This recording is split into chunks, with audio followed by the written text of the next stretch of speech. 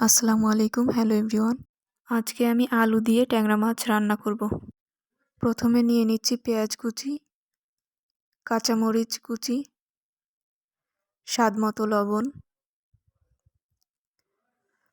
হলুদের গুঁড়া, মরিচের গুঁড়া, আদা রসুন বাটা, সব কিছু ভালোভাবে মেখে নিব। এরপর দিয়ে দিব কেটে রাখা আলু ও টমেটো, ট্যাংরা মাছ,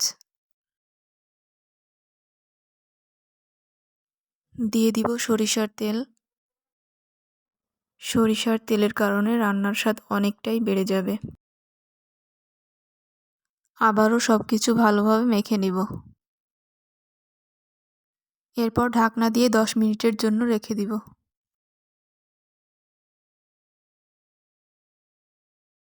10 মিনিট পর রান্নাটা চুলায় বসিয়ে দিব।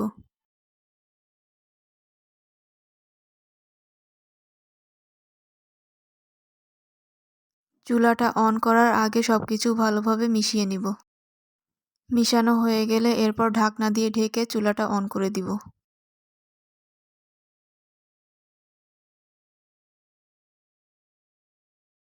এবার আমি সবকিছু ভালোভাবে কষিয়ে নিব।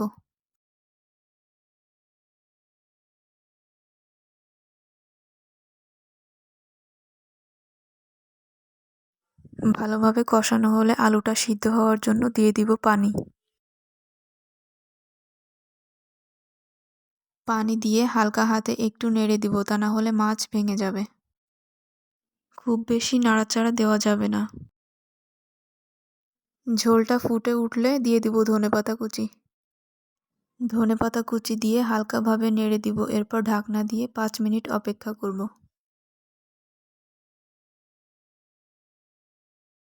5 মিনিট পর এই তো আমার রান্না শেষ। এবার পরিবেশন করে নেব।